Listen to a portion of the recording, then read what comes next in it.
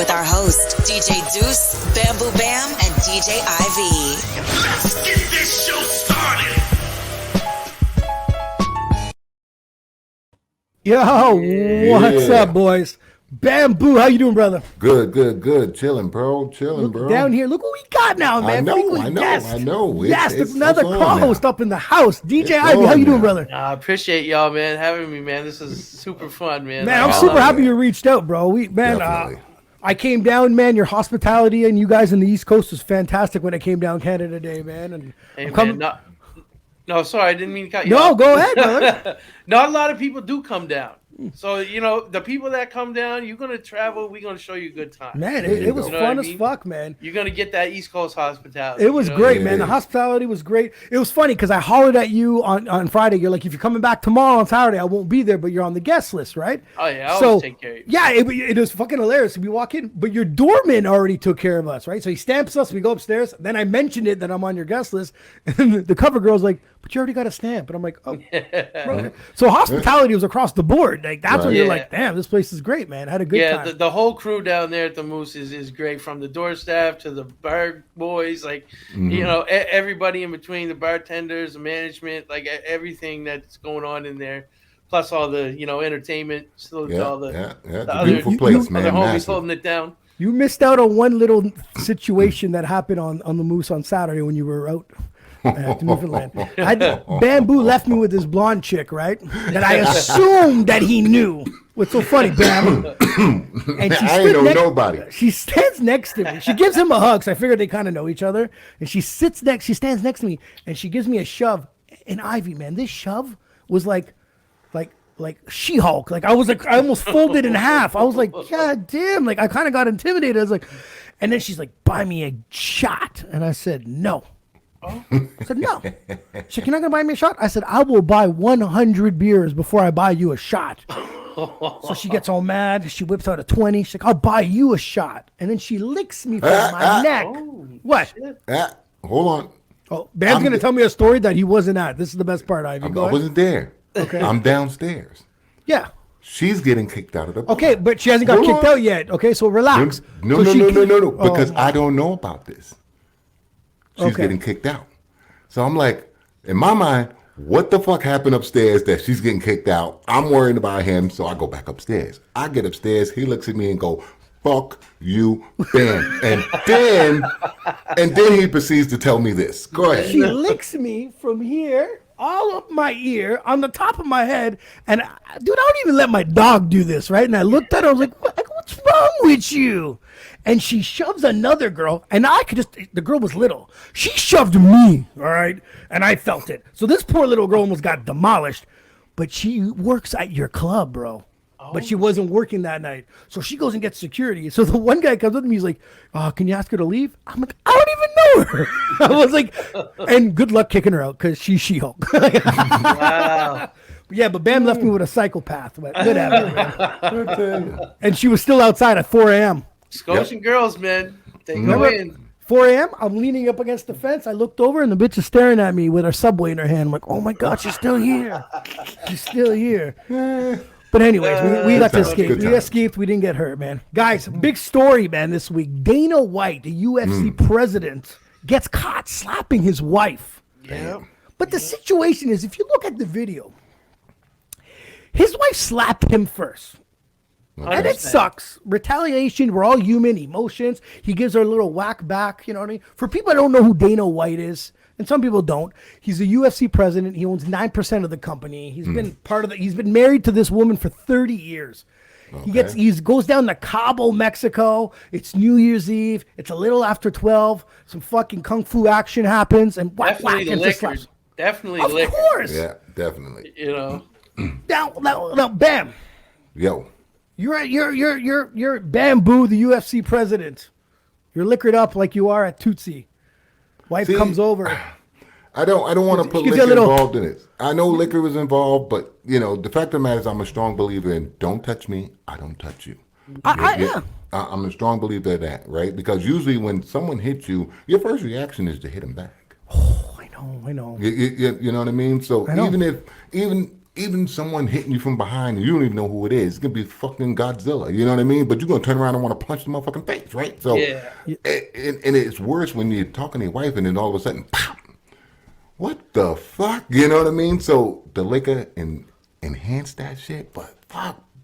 30 years, or whatever amount of years they've been together, she should know not to touch him. Should know. You know what I mean? Like the level of respect. What are your thoughts, brother? I just like, you know, the whole like fighting like thing like in the club, like she had to know like where she was at. You know what I mean? So, like first take a swing, like, but then it makes me wonder like what did he do? I love that. You know what I mean? Like, because like he's in the club with you in a VIP spot. It looks like he other looking dudes at too. another girl wrong? Yeah. Like, yeah. What did he do? Like, so it's just it amazes me to think that like she would take this to a public place like that. Well, I like how you put that because, man, look at the circumstance. Okay, me and Ivy are in the club. We see your wife slap you. You give her a slap back. We're like, oh, as if she fucking hit him. But what'd you do to deserve that slap? What did she find out? Yeah. 30 years. I done did all sorts of shit over 30 fucking years. It doesn't deserve a fucking slap. You understand what I'm saying? If she don't know by now, you deserve a few a night. If she don't know by now, then not hit me. You know what I mean? That level of respect for me at that moment with her went out the fucking window. You understand what I'm saying? She looked at me and said, "Fuck you." Pow! You understand what I'm saying? And that's what it was about. It's not about what he did because it doesn't matter what he does. He don't deserve to get slapped. You said it's emotions. I slapped you. You want to slap me back. It doesn't matter what she do. She don't deserve to get slapped. Just so people know. I feel it both ways. I know that you're talking about, you throw the word deserve around like we're fucking robots here. We're emotionally like handicapped human beings when we're drunk. We're not there.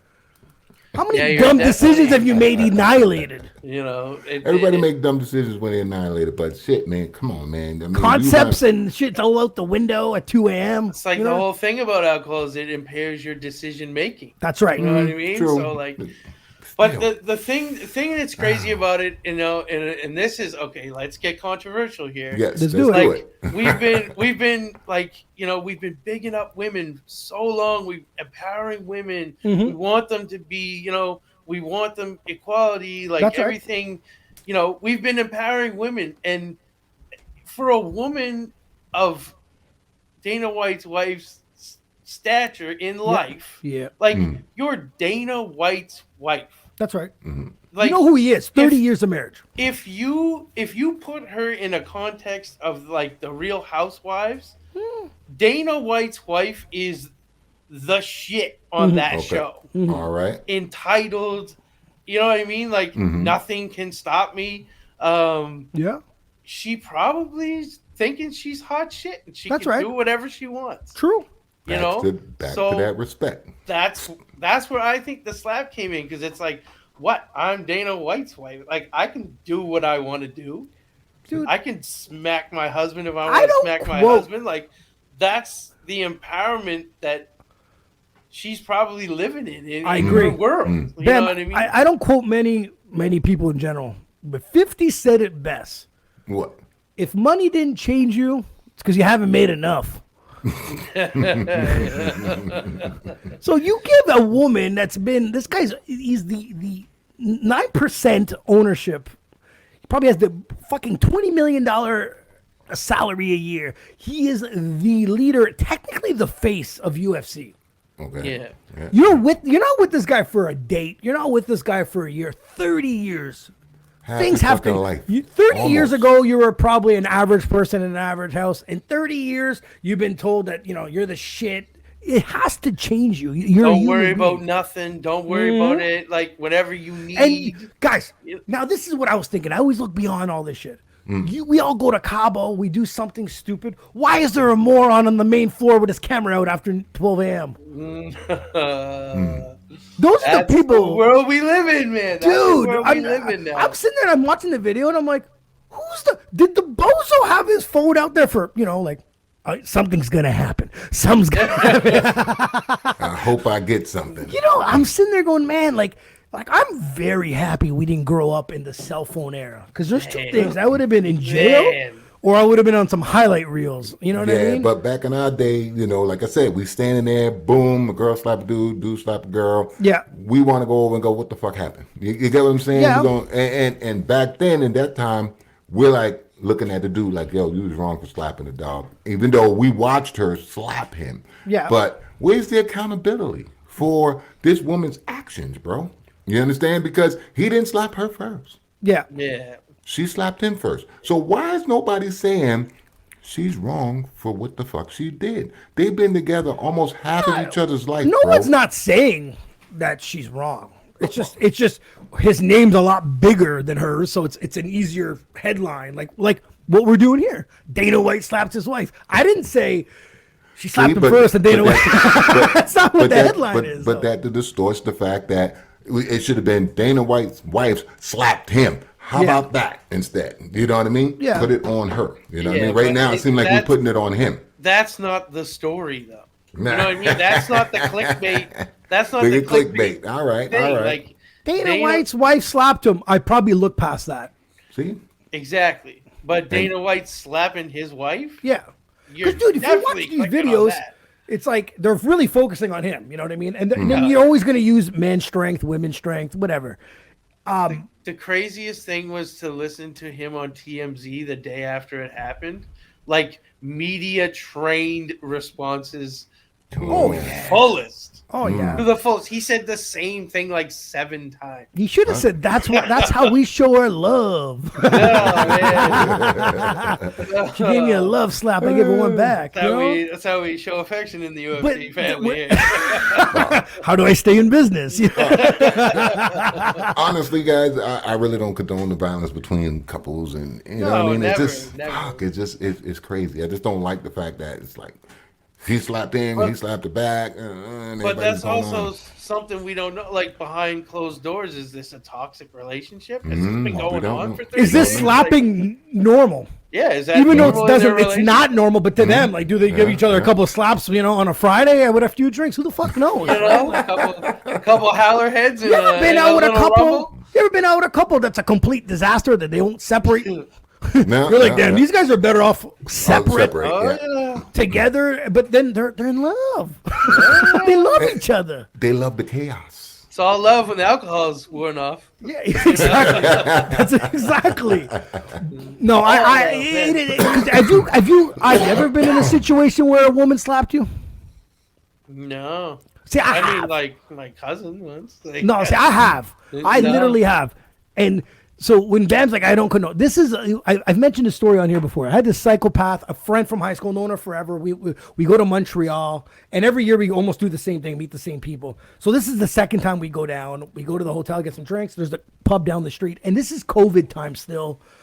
Things are starting to open up. You're allowed to sit down, but you're not allowed to stand up. You know, those fucked up, the fucking, rules, you stand up for a rules. second, people are yelling at you. You're like, Jesus Christ. Like, I'm trying to find my mask. Sit down, COVID. So we get there. She's been off all fucking day, right? She starts crying, and then I go over to talk to her, and she's telling me I'm not paying any attention to her. Ivy, she's married with 2 kids. I see her once a year. Why would I be paying attention to you? I'm paying attention to other women. You know, that's what I would be doing. Yeah. So she gets up, and she's between me and my friend Jesse. And you'll probably meet him when he comes. He's coming down with me on the end of the month. So she's like, oh, he's being an asshole. Jesse's like, when? Like, we were sitting at the table. When was he rude? And she's like, he's not paying any attention to me. And she turns around, Ivy, and she gives me a smack that sounds like a shotgun. Oh. And now every emotion is in my body. It. So now my brain is I'm not going to lie. Women, I'm telling you what I'm going to feel. If you slap me, this is exactly how I felt. Time stopped. The first initial thought was blast her in the face with a super punch, flip this table, and beat up the 4 heroes that are going to defend her. This is what's going through my mind. And right when I'm going through my mind, I hear the doorman go, ma'am, you just assaulted him. He literally saved me from going to jail. Wow. Because what Bam mentioned, your emotions as a human being, wasn't going to be the right thing to do. what a slap. Who cares? I got over it with a shot of tequila. Like realistically, it's nothing. But your anger and the emotion and the embarrassment, all this goes through your emotion. Like, really? Does anyone really care? Does anyone at that bar even remember my face? Probably not. But that's not what you're thinking of at that moment. Yeah. The moment your brain is you're trying to process all sorts of shit. You know what I mean? Yeah. I'll tell you the backstory at one day when we hang out, but she was bananas. But yeah, so I've been slapped not too long ago because I asked Bam if he ever has been slapped, and then for some reason I kind of forgot. I was like, shit, that shit happened to me. You know what I mean? And I wasn't gonna slap her back. Like I was gonna blow off her head with a right hook. But that's what I was going through. That was what I had to like. Oh my god, like. Yeah, my girl could dummy me in the club. I would never hit her back. You see what I'm saying? Never. That's love, though. You know what I mean? Like, No, that's not love. That's conditioning. It's not even that, man. It's just like, I love my woman so much, and I know what kind of woman my woman is. Yeah. Okay. And like, I'll put it out there, man. My woman was a gangster, man. Like my woman was a because G. Because she's a gangster and she was a G. But does she know to respect you enough not to put her hands on you? In public, yeah. If we came home, she might chuck one at me. You know what I mean? Okay, that's a different story. That's a different story. But what I'm saying is, if she ever did it in public, like I would never grab her. You know what I mean? Like never in a million years. And not to say that I would do it when I got home. That's right. That's right. I would just never do that to her because of the respect that I have for her. Like, and I know who she has in her back pocket.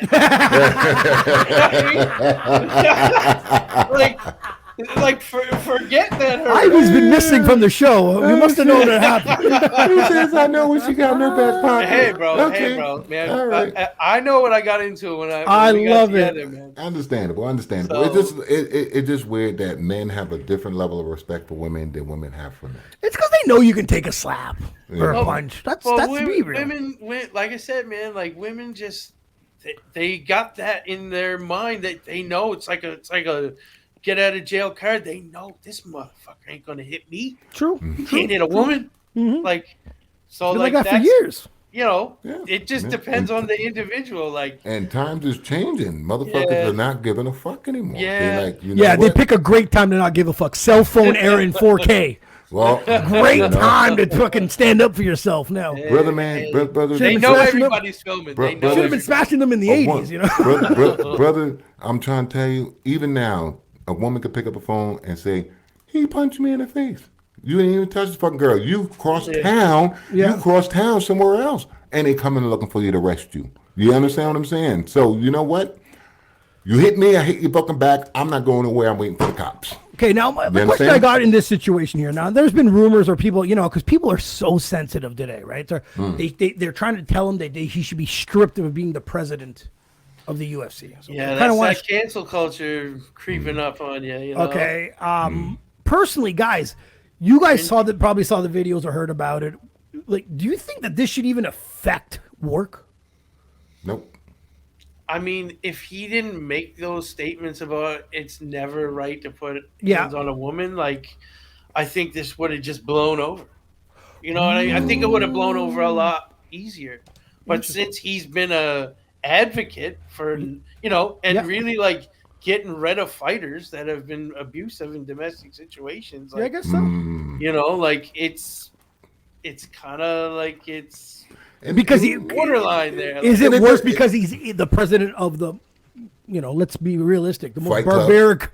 sport in the world? Yeah, that doesn't help either.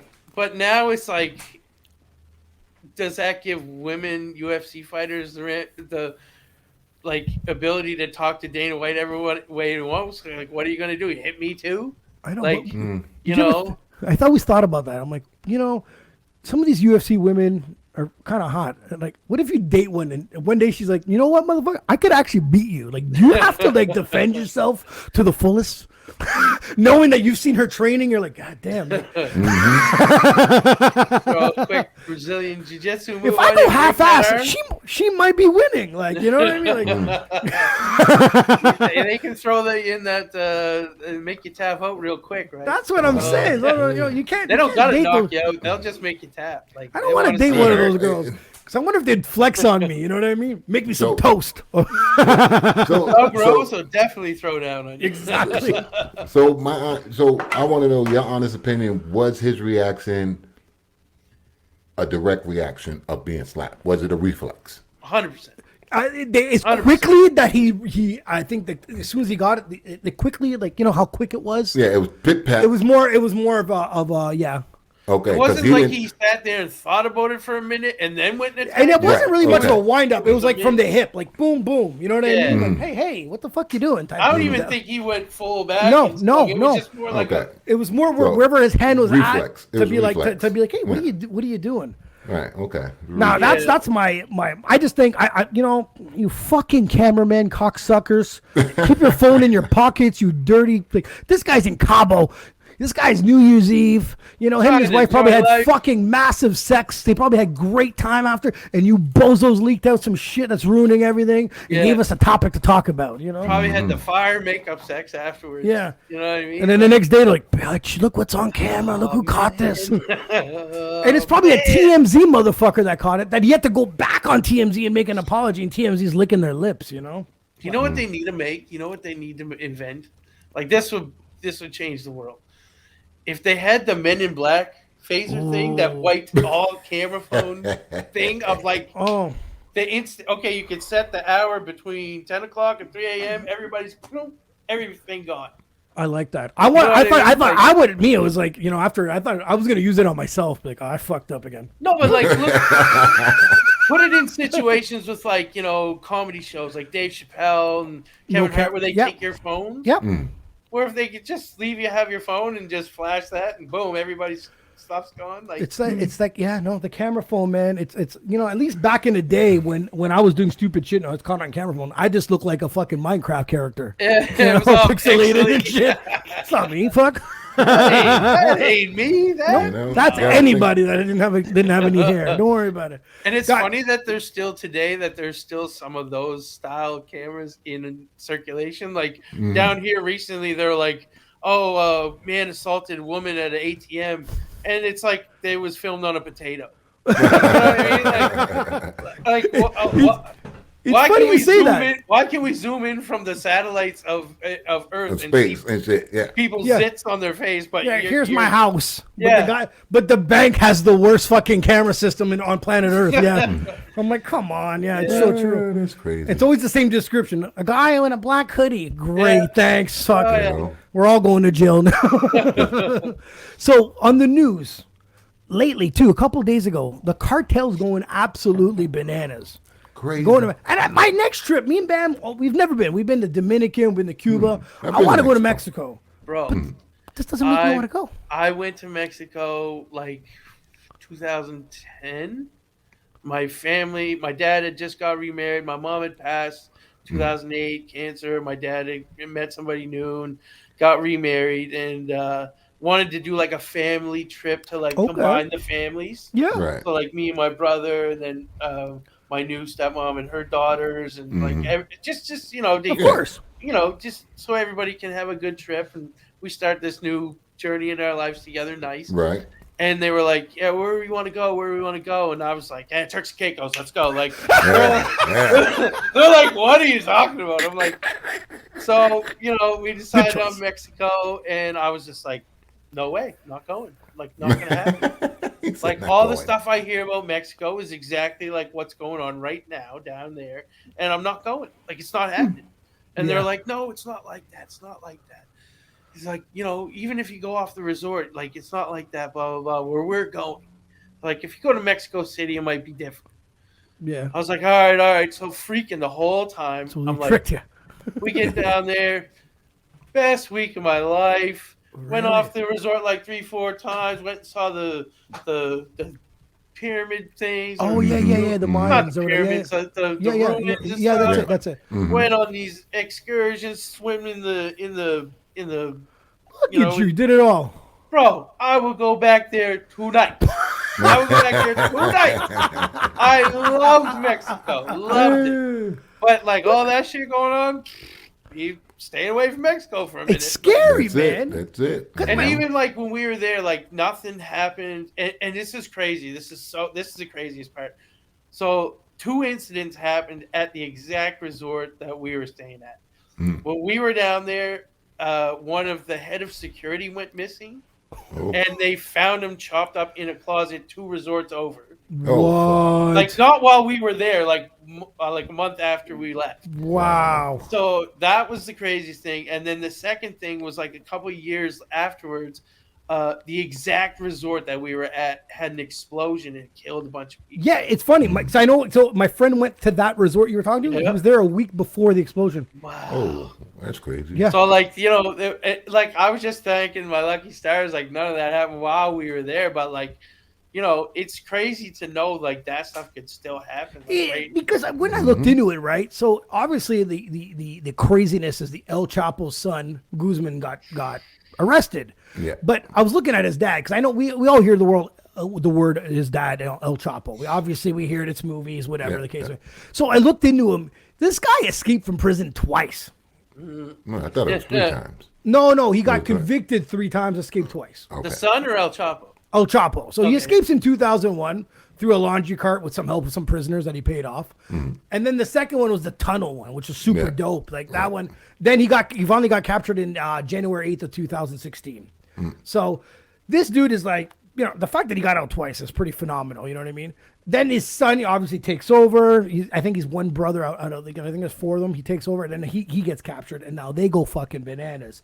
And I never, you know what I mean? Like, I don't really at first, my pops is the news guy. My dad's the one that gives me the news. And my dad gives me his version of the news, which always sounds way better than the actual news. When I look into it, I'm like, that's not exactly how it happened. But he's like, yo, have you seen what's happening in Mexico? But even he told me one time, he's like, I'm not going to Mexico. Some guy got shot. I'm like, Pops, there's a guy that got shot down the street. Yeah. Do you still go to Walmart? He goes, yeah. I'm like, this is a whole country. Someone got shot in the whole country.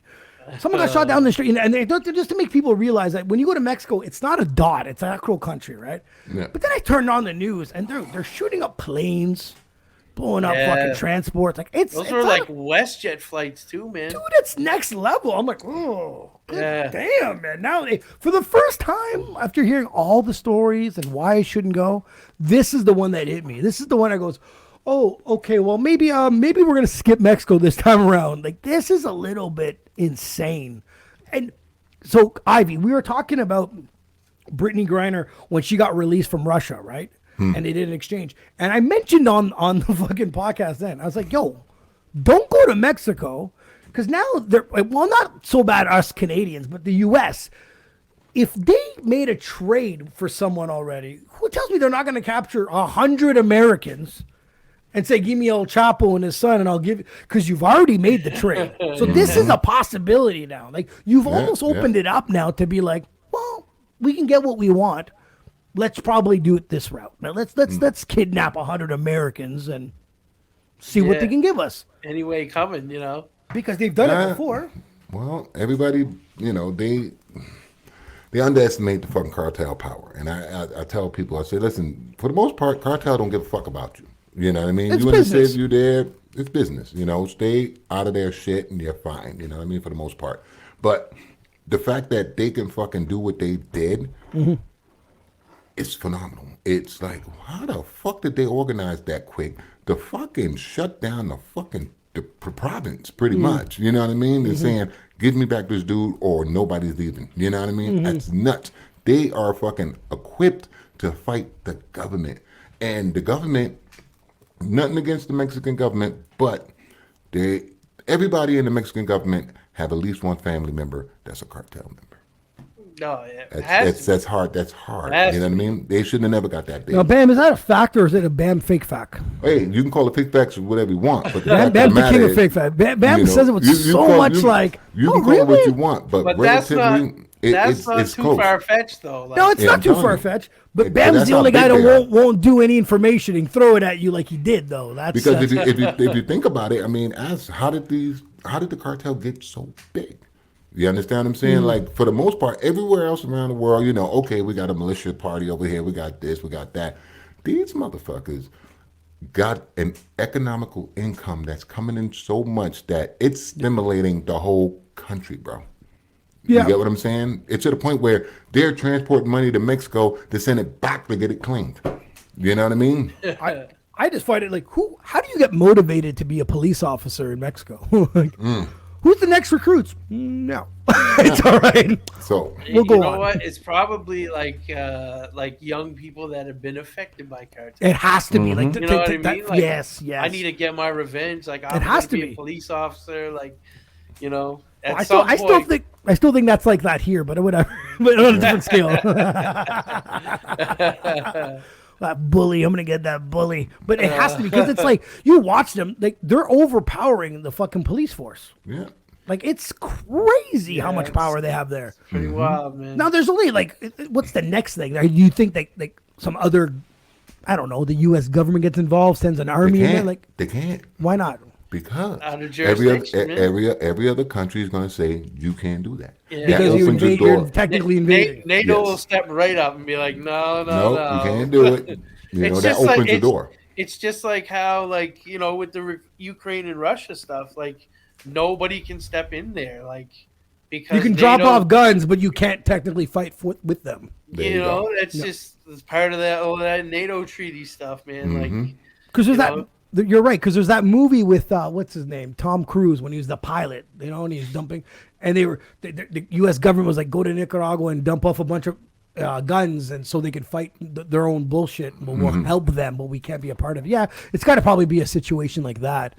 I just found I just know this woman. She's a bartender, and she has pictures that she's on vacation. And I go, "Where'd you go?" And she goes, "Went to Mexico." And I'm like, Are you crazy? Right? If you're listening to this, if you're alive after, are you crazy? Like, why'd you do that? Like, Hey, bring your ass home. Stop that acting this up. should have been maybe Jamaica would have been a destination you should have switched to. Like, Yeah. switch something around.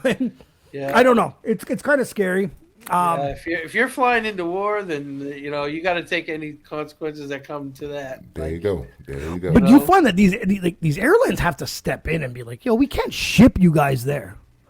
airline is They don't give a fuck. They don't care, man. As They long don't as they're care. making their money, you know. I'm still waiting for my airline to cancel my trip to go see you guys. I'm still waiting. Every day I open my email. I think I'm gonna get the day of. Who are you flying with? Who are you flying Okay, with? I tried to go. I went cheap, right? I went with Yeah. Swoop. Yeah. When I went and saw you guys, I was like, fuck, there and back. What was it, 120? 120, 28, something like that. Something? Yeah. No, it was 2 something with my bag, with my carry-on. Oh, okay. Yeah, there and back. This time it was 120 something with Swoop. Next day they canceled on me, so I went with Flair this time, and I got it for like 97 there and back. Yeah, those are the two new They're ones scary that ones. everybody's talking shit about. Yeah. Like, you know, and it's crazy because they're just like sub companies off of like WestJet and Yes, that's exactly it. stuff That's like exactly that. Like, so like The come price on, is so man. goddamn right. I'm like, man, how can I not? Like, I can't waste $100 of fuel to come there and back. You know what I mean? So just for Yeah. me, this makes no sense. I was looking at going to Vancouver, and I found one in like the end of March for like 3 days. I think with a bag was like $220 there and back. Yeah. That's ridiculous. But then It's again, good. you got to take the risk of them saying, "Oh, we didn't fill up the plane. Sorry, buddy." beautiful- It's beautiful to have the option to fly cheap, but it's so much headache. Oh yeah. That you just unexpected headache that's gonna come with it. Yep. That you know, like, oh, that's why it's so cheap. Mm-hmm. You know, But I because tell Bam, I'm just waiting. Now, hopefully that Swoop actually canceled theirs. So hopefully every moron from Swoop goes to Flair and fills up that plane and we're good to go. good, You know what I yeah. mean? So we'll wait and see. We'll find out. I'll be at the airport going live, telling you guys what's going on. And if the security guards got me, well, then you know what happened. You know? we'll reach out to Powell Airlines, try and get that private. Yeah, be like, come on, man, fire us in, man. We need some shit. So Ivy, Yeah. on the gram, man, you pop something up on the gram. Let's Yes. pop this thing up here. I frequently pop things up on All the right. ground. It says, it don't matter if you released 50 tracks last year. True. If none of them bang, then you're just stuck in a cycle of self-satisfying your ego by pumping out quantity over quality. That's facts. But I replied. I said, that's facts. That's exactly what I've witnessed since the independent scene has been bigger than ever. Do you want to say more on that, Ivy? I just see like a lot of guys and females as well, but just getting hella braggadocious about the work they're putting in and all that stuff. And don't get me wrong, like I think like if you put 50 tracks out last year, that's great. You're working your muscle, you're building it up, but like you know, you don't really got bragging room to be bragging that you put 50 tracks out if you ain't got one that hit. I You know what agree. I mean? Yeah, Like yeah, if you don't got one that we can put on in the club regularly, or if it ain't you hollering over auto tune, or you know trying to sound like somebody you ain't, and you know I it's think just everyone sounds the same. yeah. There's a lot of Everyone's that. good. A lot of I that. can literally say, yeah, this is all pretty good. I get lots of tracks sent to me, and I'll listen to them one time because I'm like, I'll give you the respect, and I'm a respectable guy. I'm not the guy that turns it on for 10 seconds. I'll give you the 3 minutes of my life for you. I give everything to listen. You know And what I then mean? I'm everything like- gets a fair shot. Yes, and I'm like, okay, I you know, I like that, you know, the lyrics are good, cool. But did it catch me? Has it been something that I'm gonna add to my playlist? No. And that's the big thing. Is like if you don't got something that I can continue to bump, you know, either like personally or out in public, like Yeah. you know, if I don't like, if I just like it enough to enjoy it while I'm at home smoking or something, like cool. But like if you don't give me something that I can share to everybody else, then why is you bragging? You know, like what? Yeah. Like you know, you put out 50 hot plates of garbage, like you know, like.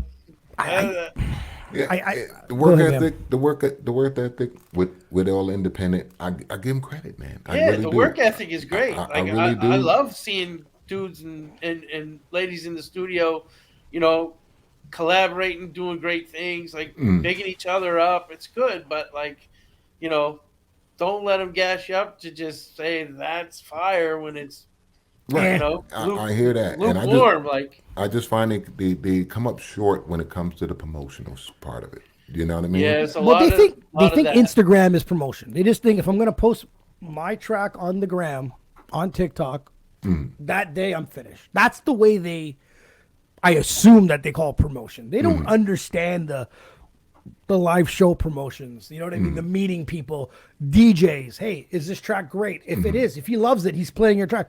You just took it from him spinning it to hundreds of people now when you're at home. Like, they just figure that it's out there. Guys, there's so much music out there. If you think that Ivy's going to go through 1 billion songs a day to find one that he's going to play in the club, you got it wrong. And Yeah, a lot of artists put it out and just think that that's their due diligence of like putting it out. Like, you know, what do you mean? I promote, I put it out. I put it out. You're like, yeah, but did you send it to any DJs? I mean, how many tracks that you've heard and go, it's all right, but then when you seen the live performance, you felt the track different. You know what I mean? You get two different. You get two different. Like, okay, I see why it's a banger because listening to it, he didn't have that feeling that he's performing it with. You get what I'm saying? Yeah, and vice versa, yeah. in the sense of the performance on the record is fucking insane, but when you see him perform, you're like, oh, he dropped the fucking ball. You know what I mean? Like, so they need to get that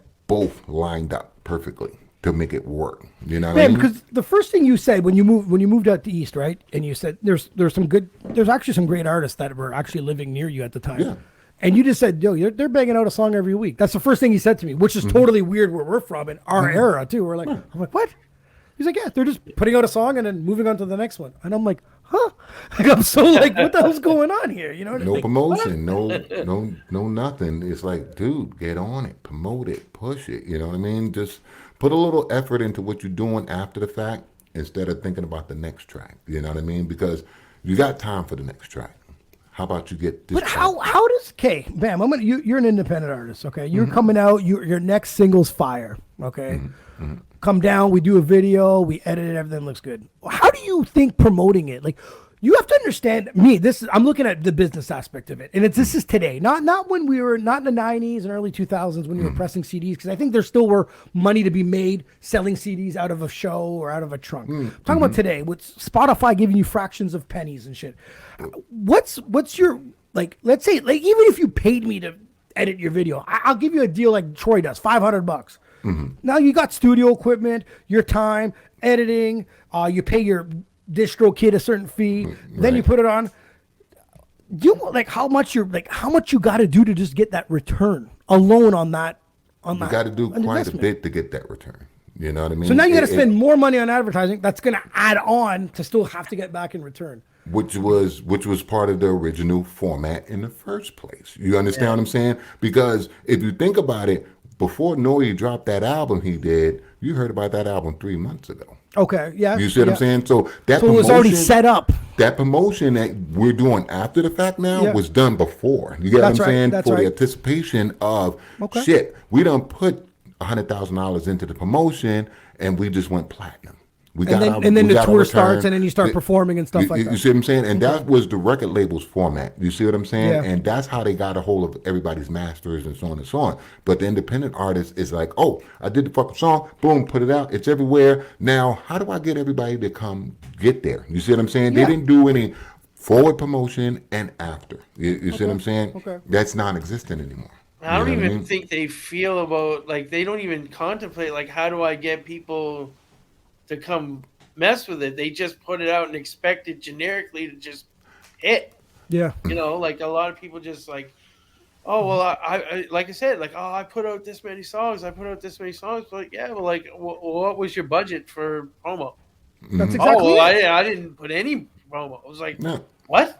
Like, you didn't take out Facebook ads? You didn't That's take what out I'm Instagram saying. ads? Yeah, like, yeah. You know, you didn't do any promos? Like, no. Like, I just expected everybody to generically flock to my shit. Like, you know? And that's the era of my homies tell me the shit is good, but behind my back, they're like, this shit is garbage and they're not going to help you. Because everybody is stuck in this internet scenario of, I got 1,000 friends or 10,000 friends or 20,000 friends, and if I put it out there, they're going to share it. Yeah. They're not going to do it. No. You know what I mean? They're not going to do it. They might look at the video, you got 10,000 views, but it stopped all of a sudden because they didn't share it. They didn't play it with their friends. So what you got to do is ignore your 10,000 friends and try to get 10,000 people that you don't know.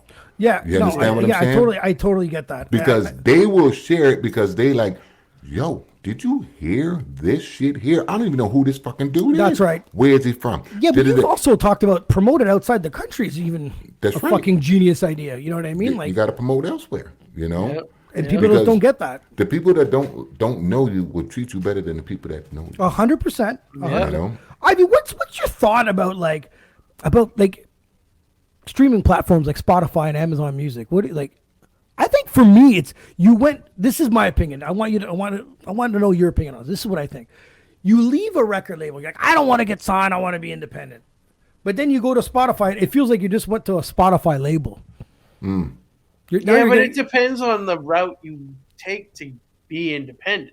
Like, yes. You know, if you're just going to upload your tracks to these streaming services, like, you know, you're doing yourself a big,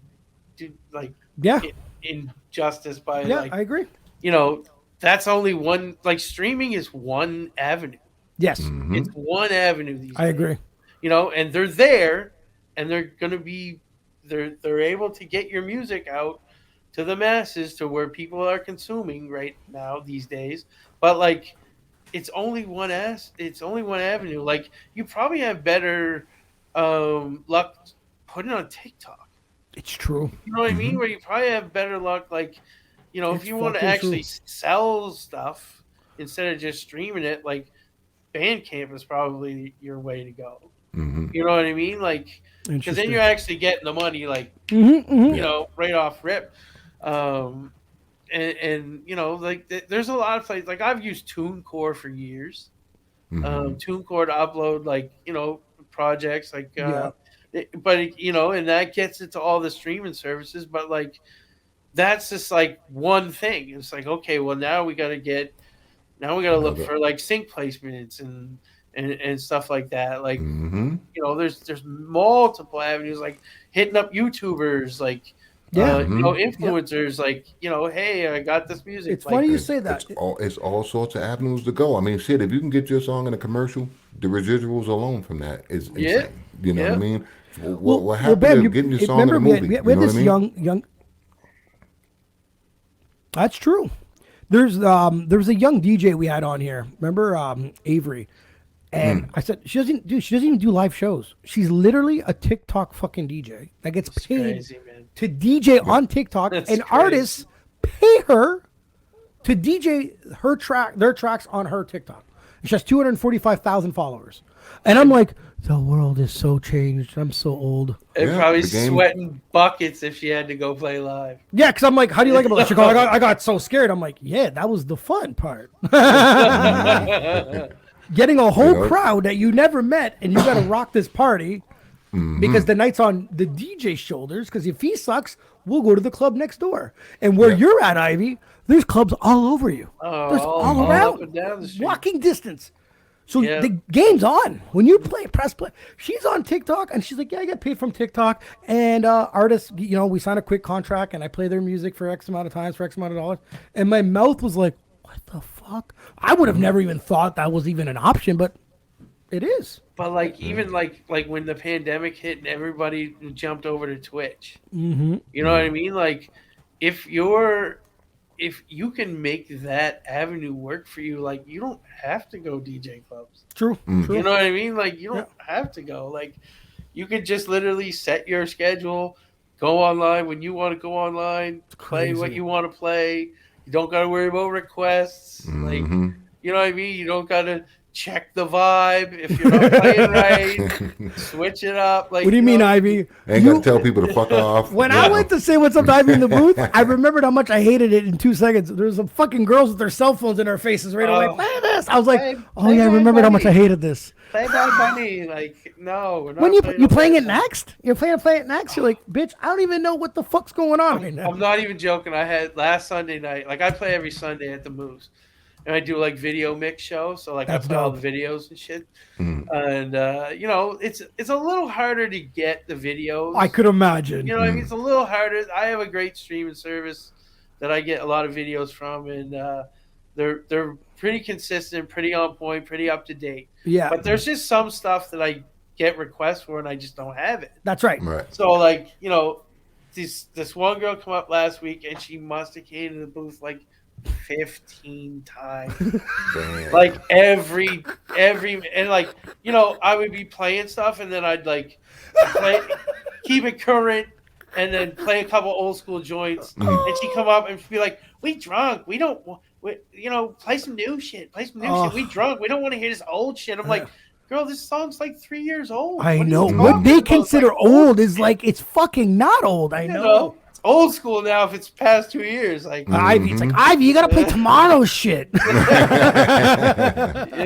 it's just like it's just like it drove me nuts because I wanted to tell her, like, if this is the way you want to be, like, just go home and play it on YouTube. Like, go home and listen to yourself. When I was young to the club, first of all, we never had the balls to bug a DJ. That was me personally. That was his fucking set. You went up there, yo, I'm gonna ask him to play this. I'm like, yo, you're fucking going. I'm not fucking bugging him. That's how I felt, okay? And he would drop new joints that you'd be like, yo, I wish I had a Shazam back then. I was like, but Yeah. I didn't know what the fucking song was. So I came back to the club.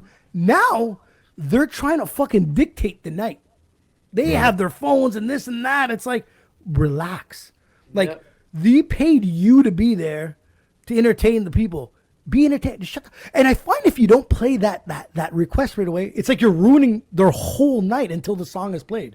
Yeah. So you're telling me there is no other song that they're enjoying until that one comes on? And they expect it immediate. They want instant gratification. They want you to play it next. They want to know, like, what do you have? Yeah. What music do you have? Yeah. I'm like, well, I have 30,000 songs Oh, on here, so like, we're not going to go through this all night. Like, tell me what you want, and we'll get it in the mix. Like, Ivy, next time they ask you, what do you got? Say, I got every song on the planet except the one you want. Dude, I don't remember what track it was, and I should have remembered this. Some girl bugged me to play this one track that I didn't want to play at the club, and I went on iTunes and I deleted it in front of her face. So I don't even have it. I just delete. It's gone. I'm never playing it. And her face was like, I wasn't the nicest. I'll tell you that, man. I was just like, get Terrible. away, fuck off. I like the clubs wasn't so bad. I used to stick a security guard there, or Jess used to come and like just deal with them. But then it's like when I started DJing at tailgaters or like weddings where people were actually like on me, I was like, oh, I'm not used to this.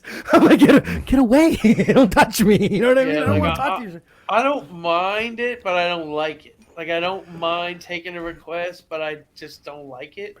Like, I would rather it just never happen. Or But if a be an request option. could be a great recommendation, Yeah, like I've It's found great. some bangers off requests. You and know it's what I mean? fine. Okay. But you still got to find the timing of when to play it. It's for the Exactly. people that don't know over here. DJing is called BBMs, right? So if you're giving me something that's a 110 and I'm at 89 right now, it's kind of like let me build up to that a little bit, and I'm gonna drop it in some track. But Yeah. no, they want you to fuck up, sound like a fucking tool mixing this shit Just to double entertain back- you. Just to double back on the same girl that was bugging me last Sunday. She wanted this slow song, and I was like, yeah, it's like half the tempo. It's like slow right now. She's Yeah. like, it ain't slow. It ain't slow. And I'm like, Wow. I know what the BPM is. And I was like, it's slow. She's like, you put that on, the whole club gonna go. Oh, The yeah. whole club. And Oh, I'm yeah. like, The whole club. really? Like, and those girls, like, I love putting those girls on blast. Like, okay, Give me your name? I'll play your requests. Yeah. If this club dance floor clears, I'm straight up calling you out on Yep. the mic. Yeah. Yeah. My buddy does Straight that. up. Yeah. What's yeah. your name? Yo, sorry about that whack ass Yeah, song. yeah. That girl right there with that funny ass. Yes. She Yes. wanted me to play that song, so if y'all didn't like that song, y'all can take it out with her. Yeah. There you go. And then you play put it in your mouth right after. Yeah. I ended the club with that one time last month. I was just like, I gotta end the night. With That's crazy. It's so no, but it's the everyone's gonna like this song, and I used to turn around and be like, "Did you take a survey? Did you talk to everybody?" She's like, "No." I'm like, "How the fuck do you know? Like, get away from me!" Like, the best Take a ones, survey. the best ones are they're like, oh well, like the whole club will jam to this. It's like, do you not see the whole club jamming right still. now? Like everybody's dancing. Like, what are you? Oh, I talking got that. Yeah, I know. yeah, I couldn't yeah, handle it anymore, man. It was. I don't know. My patience. I wanted to karate chop people in the throat after.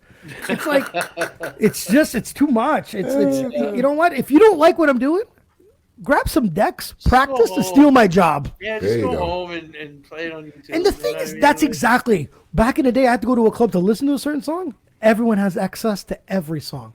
Yeah. And the people need to understand the difference between a good song while you're driving, and that same song might not be good on a dance floor. Exactly. It's a good jam. I agree with Certain you. songs to smoke to, and there's There certain you songs go. to party to. Like, There you go. Some You know. appeal to the masses and some appeal So to Ivy, to I want individuals. exactly, Yeah. exactly. So Ivy, I want to know. So you get the phone call, COVID's over, you're coming back to work. How did that feel, man? Oh, it was amazing. Yeah, I it can was, imagine. it was like a couple of months of like, okay, we're ready to do this. Oh, we're not ready yet. We're not ready yet. It's like, oh, we're ready to go next weekend. Oh no, we're not ready. It's like, oh man, it's like, when is this gonna happen? Like, That is nuts. but like, I just knew it was gonna happen. So like, thank God, like I'm a patient guy. Like, so I just, I know this is coming. Just wait on it and let it happen. And once it's on and popping again, it's gonna be golden. And everything that was shitty about not DJing during COVID has just like, that's just in the past now. There You know you what go. I mean? Like, Yeah, yeah. it's all in the past. Like even Twitch. Like Twitch was like the saving grace. You know what I mean? But then like, I haven't streamed in like 6-7 months. Like, There you you know go. what I mean? Like, Yeah. I haven't streamed since the spring. You know what I mean? And Okay. and not that I'm not gonna not continue to stream. Like, I'm gonna do it. I'm just revamping, different style of show. If you want to see me play, come to the club. Hell You yeah. know There what you I go. mean? Like, Hell yeah. and I got some great regular solid fans that come through like every stream. But it's like, and a lot of them are from away, so they can't get to see me on the regular. Right, But right. it's like, I'm playing a lot in the clubs now, so like, I don't really want to be playing all weekends and then come home and then be playing sets all the like Yeah. during the week. Like, I get no for sure. and it's nothing against them because I enjoy the time that I had on Twitch, but like, Right. you know, it's just like I just rather put the focus into doing it live Yeah. and come out to the club and enjoy Oh, I it. couldn't. The way we're supposed Anyone to. that 'Cause it's doesn't like, that energy live is phenomenal. People don't Yeah. understand that, man. Yeah. Man, you know how it is. Performing's the Oh, same yeah. thing. That energy. Just getting the people with you, you know. yeah, It's a different level, man. 100%. It's a different high. So I wanted to talk a little bit more about like you went on a couple shows with Classified, man. How was that? Yeah. We've been rocking since 2006. So like I mean, we've been rocking since before that, but I've officially been his DJ since 2006. Okay. So like, and I think during like since that time, I think I've only missed 2 shows. Wow. You know, like there was just 2 shows. There was one. It was a New Year's Eve, and I was getting super paid. You know what I mean? So I was just like, dude, like It's business. do it, Yeah. man. It's You know, business. nothing personal, but Nope. like I've had this New Year's Eve gig for like 3-4 years now. Yeah. Right. And we do it every year, and you know you're only offering me this much, and if I stay home I can make this much. So like, you know, I'm gonna bow out of that one, and I'm gonna stay home. And there was like one other gig, I can't even remember what it was. It was Yeah. just one other time. Right. And but yeah, like everything we've been doing like together since 2006. Okay, now I'm gonna say this: he's just put out an album called Retrospected, which is all revisited versions, remixes, versions, acoustic. That's versions right. That's right. Right. of his old songs. There's a couple new songs on there too, but a lot of it is just redone and all acoustic. And they went on tour in October, but there was no role for me to play. That's true. Right, That- right. You know what I It's mean? funny because when I saw that Different album, show. that's the first thing I thought about. Yeah, exactly. Different show, different Yeah. vibe. Yeah. Amazing live show.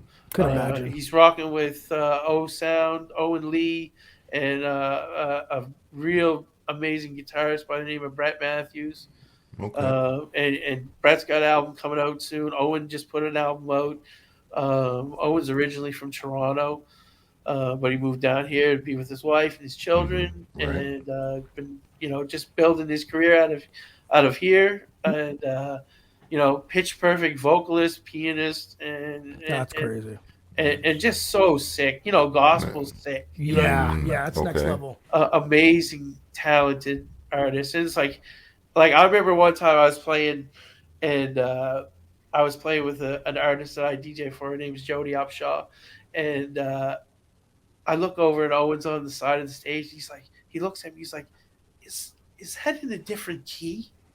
And I looked at my Serato, and it was pitched up in key by mistake. Get the Like not fuck. the pitch fader, but the yeah, actual the key. And I was like, "Oh my god, the fact that you picked that out like, immediately!" You know, it's just Insane, like, yeah. you know. So Class is rocking with some great individuals on that whole retrospective tour, which is like I got like 2 or 3 more dates or something like that. A couple dates coming up, but you know, other than not doing that tour, I'm playing with them everywhere, Been man. Like, rocking with him. Do you have any favorite shows? oh, so many, man. There's just so many. Like I remember we played Montreal one year, and I'm pretty sure the place was called Club Soda. Yep, I'm I think pretty so. Yeah. sure. And we did a part in the song. I used to play bass when I was in a band before Okay. I ever started DJing. And my band broke up. My drummer broke his wrist and he moved away. Oh, we fuck. tried some different drummers. It didn't work It's out. so tough to Right. be in a band, man. Yeah, we just didn't have the chemistry. It just didn't click. And then that summer, I found DJing and just fell in love with it. So I was like, okay, well, the band thing's done. I'm going this way. Yeah, absolutely. You know what I mean? So I was just like, I got to, you know, I got to itch my musical. Mhm. You know, like I have man. to satisfy that itch. So I just started DJing and just went that way. And but I used to play bass all the time, and I loved it. And I still have, like, I have 2 bass guitars. I love playing bass. Like, Nice. and we did a show where there's a song called "Beating It," which he recreates the beat live. Oh, okay, okay, So okay. there's parts in that song where I come out at the end of it because he adds the bass line in No to the way. song. So there was that, and then we incorporated me playing the bass on a song called 3 Foot Tall. So I Okay. would do the intro and then I would Yeah. do the outro. So like I just remember coming out to the 3 Foot Tall at the end of the thing, and they'd already seen me playing the bass, but for this part in particular, I just remember walking out and bro, like I literally it's just so weird to say this shit, but like because we were living like rock star life Of for a long course, time, man. right? You know what I Yeah. mean? Like we done the tour buses and all that shit, private jets and shit like that. But like I literally felt like a fucking rock star Oh, I when can I walked imagine. out Montreal playing the fucking bass, fucking people up here, people up there, Oh whole wow. crowd. Like there's like an upper deck to Club Now, Soda. do you have footage of this? I don't have footage of that. No, no, but we have footage of Dana White slapping. That's is my point. Somebody might have footage of it Yeah, somewhere, where the but fuck's I don't TMZ have when you need footage him of for it. real? You know? But So I, like literally went out and like just play and like people were jumping everywhere. It's like hands every people on people's shoulders. Like and I That's just remember amazing. like so that moment. Like I will never ever forget that moment as That's long as I so live. dope. And how so I felt. You know what I Yeah. so mean? at Like that moment, you was like, the band ain't working. I'm going this way.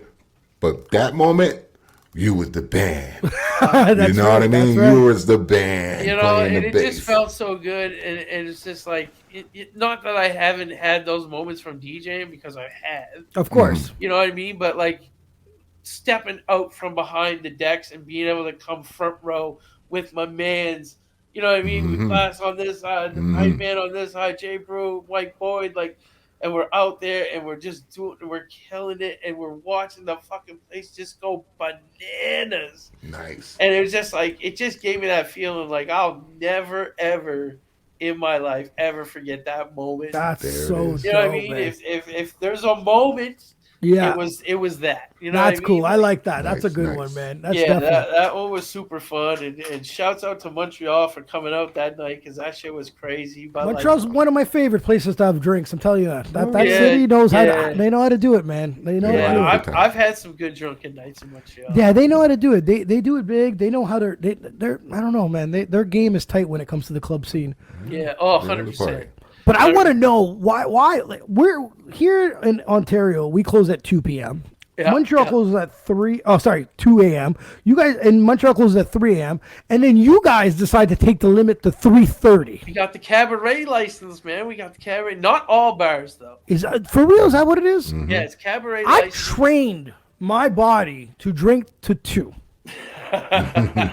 So when I come visit you guys and I don't have an off switch, Yep. 3:30 is tough, bro. Yep. I've got some DJ friends that just can't do it. They won't DJ. Like I'm trying to get my buddies like to come play at the club, and we're like, dude, I can't do that 3:30 shit, man. Like Damn. I get it, I understand, but to me, I've been seasoned. That's like literally like my first can't- residency I ever had was a 3:30 club.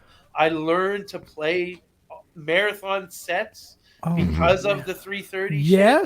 Okay. Yeah, 100%. Like there was some Fuck nights that. like I my first residency was in the Dome complex. Is in the attic of the Dome. It was called the Attic. Right now, it's a bar called Hide and Seek. Okay. Okay. And back then it was called the Attic. It was like where rock bands played. Okay, okay. We had a Wednesday night. It was me and a local rave promoter who like gave me so many opportunities when I was coming up. He threw the best parties. He threw the best raves, like 4,000 people raves. Like, you know what I mean? Regularly brought in the biggest headliners. Nice. They were the first ones to bring DMCs to Halifax. Like, Nice. you know what I mean? That they're like real OG underground promoters. Yes. And they always supported me. And I even told my man Tony this week. I was like, bro, I owe you so much because of what you and Robin That's did for legit, me. man. Good for you. You know what I That's mean? nice. So And shout out to people need to hear stuff like that. That's yeah, good, man. shout out to Tony and shout out to Robin. There was a company Nice. called Massive Productions, and Massive production. if you know, like if you were in Halifax back in the day, you know Massive Productions through the best parties, Yeah. best Nice. club nights, best parties, and then Tony had ended up getting this residency at the Attic, and he asked me to come in with him. He's like, "I'll play the house music, you play the hip hop, we'll kill it." And I was like, Mm-hmm. "Done. I'm Done. getting paid every week now." Yeah. I'm there, bro. Yeah. I can go drop record store money at the record store on Thursdays. I'm there. Let's go. We were bringing 3-4 crates each a night. Like, I love it. you know what I mean? People, Split do the you night. hear him? He Yeah, said he was crates. spending money at the record store, buying records. albums, not streaming shit. You know what I mean? He 'Cause that was physically like- owned that banger. And when I got into that club, like I didn't know how to club mix. I was still just all scratching. Yep. You know what I mean? I had a couple of club gigs at that point, and people knew me because of through the battle circuit and shit. Okay. We had a local battle every year called DJ Olympics, and I was like, Oh shit. I was deep in that at that point, and DMCs had come around a few times before that. So like, I had got my name out there, known as a battle DJ, and like, Right. you know, so That's like dope. when people came to see me, it was hip hop. It was hip hop shit. It was scratching. It was juggling. It was tricks. But I didn't know how to club mix. Like I didn't. But that opportunity allowed me to learn how to play in the club That's right. and learn to play not top 40, but learn to play to the women. You know what I mean? 'Cause Yes. if the women are coming, the men The will men come. show up. There You know what I go. mean? So like everything we did about that club night was just like it just didn't work for us in the beginning because like they gave us the club, we had nobody coming from like 3 months. So like, but you got to understand that complex is weird because like the downstairs, which is the dome, you can go all intertwined. You Bam can was go up to playing the that, attic. You can go down to where it used to be called Cheers, Yeah. and you can go to the dome, and then there's 2 other bars that are off the dome. So it's all scattered. So you can go like Yeah, It's all but it's together, all but it's all connected. intertwined. It's Yeah, all connected. So like nothing was working for us. You know, we would have nobody in the club, like 5 people a night. We're open to 10 to 3:30. wow. And then back in the day, they changed the smoking laws. This is when you can smoke in clubs. That's right. So they changed the smoking laws, so you have to have a room in your bar for people to smoke in. So downstairs in the dome, they just made this little like shed type of, little, it was like a little room Yeah. that people could smoke in. But then they made our bar the room. Get out. So like people would come up there to smoke and be like, "Whoa, fuck, music pretty good up here." Like, okay, we can stay up here for a while. So people started staying because they knew they could just freely smoke and chill, and the music was better. And then they started implementing the drink specials and the no cover for students. So like everything started working in our favor. So like we just went, Wow. and to the point where like lineups at 9:30 and we didn't open until 10. Jeez. You know what I mean? So like we were like for 3.5 years, like minus that like 3 month stint, for 3.5 years we had that club packed to the tits from 9:30 until 3:30 in the morning. Crazy. And it was it just instilled so much in me to learn how to club mix, to keep a dance floor, to read a dance floor, to but there was nights like, and when we got popping, like we got real, like the night got really popular, and like Tony, he was already a rock star in the underground scene. Everybody knew him. Like if you were in that scene, because he was just the best promoter. So like there would be nights like he would be single and like be like, yo, this girl's like trying to get me to do stuff with her, blah, blah, blah. So like I would be DJing all night. all night from 10 till 3:30. So I literally have been seasoned to play these marathon sets until 3:30 in the morning, like from the jump. DJing is not. People don't understand that. You have to understand that there's an extra, especially from where I'm from. So like 2:00 is last call, 2:30, 2:20. Music's off.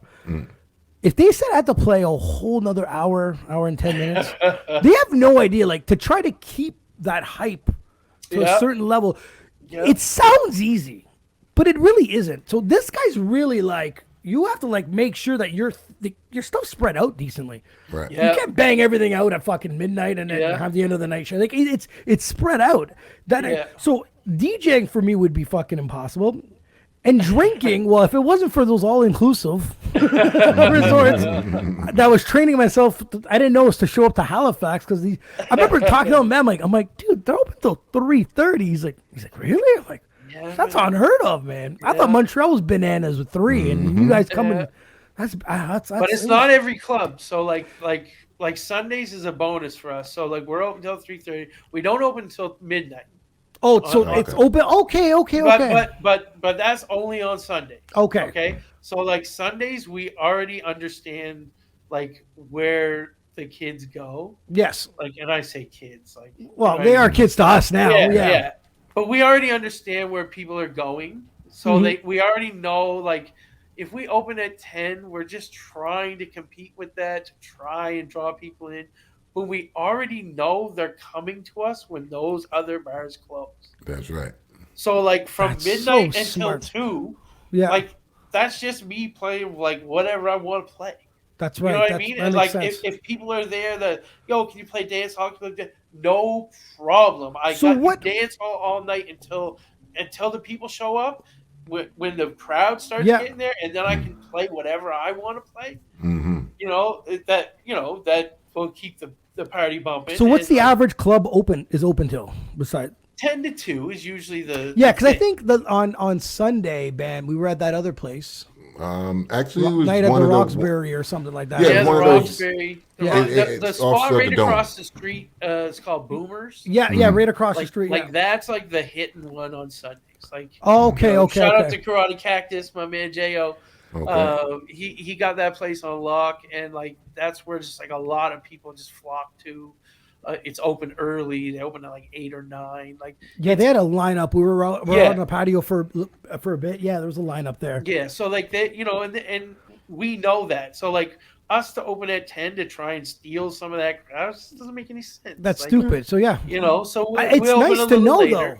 It's nice to know because if I'm at, because that's exactly what happened to us on that Sunday, and we didn't even know that was the deal, Bam. Yeah. We were at one place till midnight, and then we walked over to this club after. Yep, we didn't even know that's how it worked, but we just end up doing the exact same thing. So that makes sense. So and there is a couple of other bars open on Sundays like that too. Like the Pint is usually a spot. There's Kai Brady's on Spring Garden Road, and then the people that own Kai Brady's just opened another spot called Buck Uglies, which is kind of right around the corner from like Boomers, like so it's just, it's just up the street and down one street, so it's like it's right there. So but all those clubs, they close at 2. Right. So like after everything, we're the only spot open on Sundays till 3:30. Wow. So everybody just flocked down to us, and we love that because it's like, we know at 2:00 between 1 and 3:00 we're gonna get that rush. That's right. That's right. So that's that's genius. I like that. Yeah, and it's fun. Like I do the video mix show shit down there on Sundays, so like I have a lot of fun doing that. Nice. And just offers a little something different because not a lot of places do that. There's a couple spots that do it, but like I like to feel like we're bringing a little something different to the table. Like Ivy, what's that big sports bar that's over there? The big sports Halifax Sports. Halifax. Okay, we got to remember that. Caleb tried to take us there. Halifax Sports. It's kind of based off of Real Sports in Toronto. Yeah, that's right. The Real Sports bar with all the TVs and shit. Right? Yeah, it's kind of based off of that. So that Halifax Sports used to be one of the biggest box clubs in Halifax called the Palace. Oh wow! Palace. Yeah, okay. and there was like legendary nights went down there. Depending on who you ask, some people will tell you it was the shittiest shithole they've ever stepped in. Yeah, we had a couple of ones the Liquor Dome and the factory over here. Yeah, we had a couple of those. So but I've had legendary nights in there. Yeah. You know, like I did Red Bull DJ battles in there, and three style battles, and they used to have this thing every year called the Maritime Palace spinoff. That's what it was, and it was like the big money battle because like DJ Olympics, which was our local thing, Yeah. was like more underground. Didn't have a whole lot of sponsorship or anything. Okay. But like the Maritime DJ Palace battle, like that every year was like money. It's like okay, That's a motivation. First place like $1,200, second place like $500, third place like $300. So like, okay, we're going in this to get some money. And we used to go in that shit all the time and like fucking right. You know, I used to have a saying because I never really DJ'd at the Palace at all, like on my come up years. Like I just never DJ'd there. I was like, I always said like I'm never stepping foot in this bar unless I'm making money. Unless I'm coming home with money, I'm not going there. And I used to just go there for the DJ battles, and I'd get third place, second place, and then later in my career, I started getting booked there. So I was like, my track record is good. Yes, I'm not going to this bar for pleasure. I'm just going in to get like the money that, out man. of it. Like, but yeah, you know, like it was crazy when they were like, yeah, we're closing. It's funny now, like. I just got to throw this out. Yeah, man. So we got a DJ that plays for us on Saturdays at the Moose. His name's DJ Kodak. He's killing it around town right now. He's playing at Buck Uglies. He's playing at our club. Like, and he's the new guy that got the juice. Good. You know what I mean? Yeah, like, yeah. He's the newest. Like, yeah. You know, he got the juice, and his dad used to be a DJ. That I kind of not grew up with, but he was around a lot in my era, like when I was on the come up. Yeah. And his dad used to play like corporate gigs for like he used to do a lot of weddings. He used to do a lot of radio for the radio station. So he would do like the boat parties and stuff like that. So like, you know, but he had this contract with the Palace, and he would play every Saturday night. I think it was definitely on Saturdays. He might have had some other nights with them, but Saturday nights. And I don't know how much he's getting paid, and I'm not speculating on it. Whatever. Yeah. But like, he used to play every Saturday night, and they would have like 1,200 people through the door at $10 a head. Damn. What? Just off the door, bro. Just off the door. And he wasn't getting the door. No. You know what I mean? He was getting his flat fee from the club or whatever. But like, that's how much they were making off the door. And this fucking club was packed every Saturday night. 1,200 people guaranteed.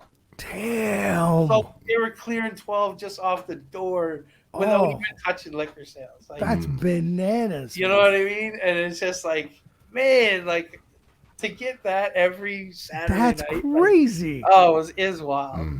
So and I told Cody that, like, I was like, you don't even know. Like, you don't even know. You don't even know. Like, your fucking dad used to work at this club and they be making fucking crazy money. Like, but like, you know, I was just super stoked. Like I ended up selling Cody his first set of turntables. Like I had a pair that I was getting rid of years ago. Yeah. And he ended up buying them, and he always tells me, he's like, dude, he was like, I was freaking, man, when you told me to come to your house and you were just like, yeah, just scratch on them, just try them out. He was like, I was sweating so bad, man. He's like, you don't it's even funny know, how man. other people like get so nervous. You know what I mean? You're just like, who cares? Yeah, no, it's just, but I mean, like, he just was like fresh into it Yeah. at that time, you know what I mean? And didn't know, like he just knew of me, like, you know, he says, like, he's like, bro, you're a legend, man. You're like, I was going to your house. I didn't know what the fuck. It's like I was sweating walking up to your door, and I was just like, oh, man. Turning around, turning back around. Like, damn, man. It's like, I need those. like, fuck, I don't want to go in. But yeah, hey, man, what it's am like, I doing? What am I doing? But yeah, it's like salute to Cody, man. That's to dope, DJ man. Kodak. You know, he's holding it down, and he like just last night I just checked his Instagram when I woke up this morning, like slay the club every Good, Saturday. good. I love hearing that. There you man. go. We have a story about the Halifax Sports Pub with so we see you that Friday night on the Canada Day weekend, and so I holler at Caleb the next day. I'm like, "Yo, want to grab some lunch?" He's like, "Yeah." He's like, "You guys down for some wings?" I said, "Of course, I'm always down for some wings." He's like, "I got the best wing place ever." So he's actually like, what was he like, 13 minutes away from our hotel? Yeah, he's over by the Halifax Shopping Center. Yeah, it was super close, right? That's right where I'm at too. Oh, for real? Okay, Yeah, okay. yeah. So we scoop him up, and he gives us the directions. So we don't know where the fuck we're going. So we park the car, we get there, and we walk to the door. And this is about maybe like 1 p.m. And he opens the door, and it's locked. And he tries the left door, and it's locked. And his face is like not impressed, eh? And he's like, "Yo, what the hell, man?"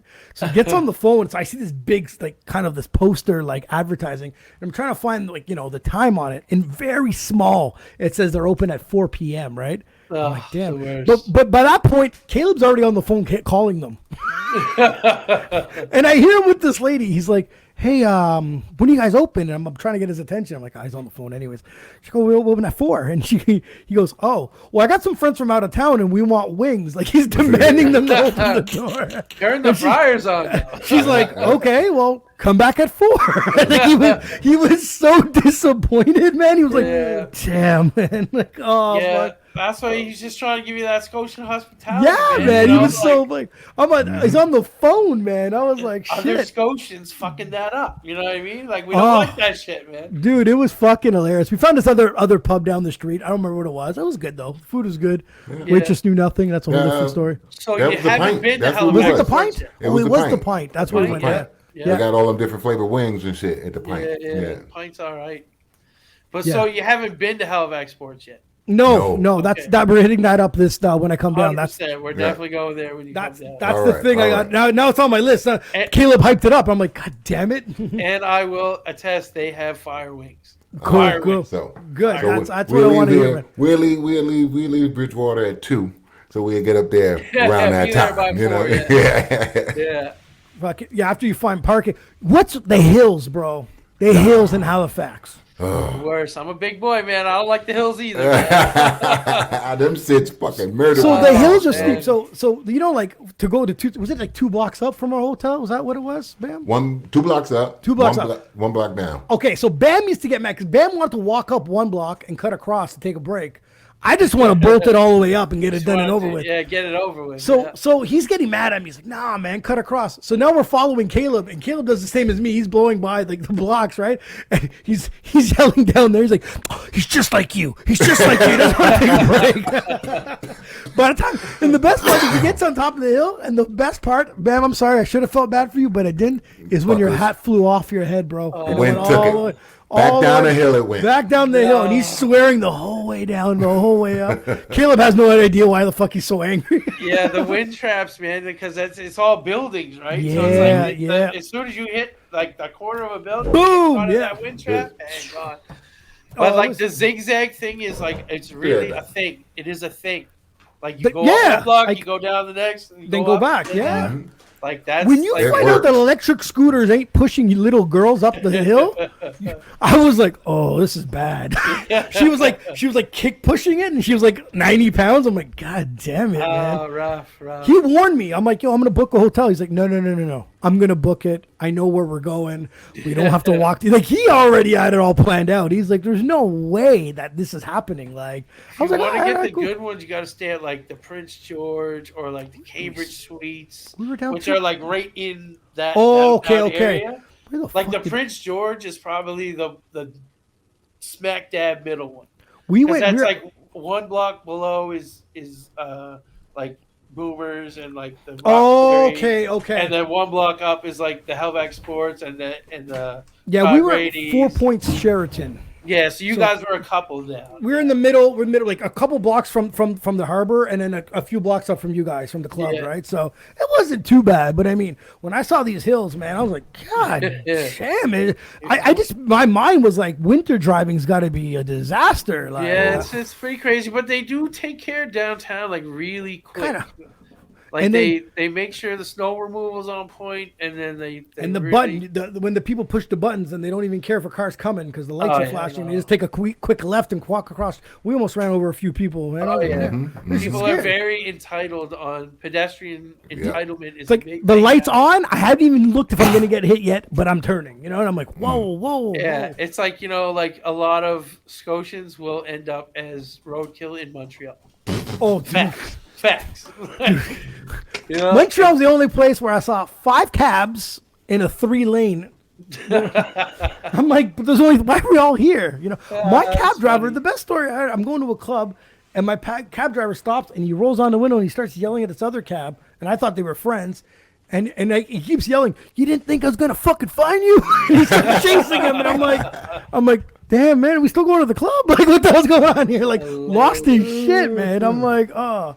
That's Montreal's, hilarious. I don't know. I love, like, you know what I mean? Kingston's been a fun place. Halifax is great. Montreal's great. Toronto's a little much for me. It's a little, Yeah, Toronto little- is. I got a love-hate thing with Toronto. yeah, it's a little much. The hate comes from getting jumped twice in 5 minutes when I was 17. Okay. Twice in 5, like, Twice from in the same 5 people minutes. at least? Twice in No, 5 no. minutes. I'm No. trying to see. I was trying to justify that they said, "Hey, he hasn't got beat up enough. Let's do this again." So you're No. telling me 2 got dropped twice, 5 minutes, Twice different in 5 people. minutes. Yep. Damn. I'm 17. What the I'm fuck? there with my family. Me and my brother are heavy into skateboarding, and we're going to this indoor skate park. Like that's all we wanted to do. Okay. Like our whole thing. Like there was this legendary spot. It was called Ramsterdam. Ramsdam. Good name, good name, good name. Amazing name, right? Yeah. Legendary spot, and we'd see it in all the concrete powder skateboard magazines, and we just was like, we're going to Toronto, we're going there. We got there, it was like 5 people there. We got to skate it for like 3 hours, loved it. Walked out of there, and these squeegee kids are hanging around outside. This is like, to get there, you had to go off Young, down an alley. It was like, you know what I mean? So it was like a sketchy spot to begin with. So we walked out of there. Squeegee kids are outside. Kids like, yeah, give me your skateboard. I'm like, you ain't getting this, bud. There you Like, go. you ain't getting this. But There you go. bam, whacking with a squeegee.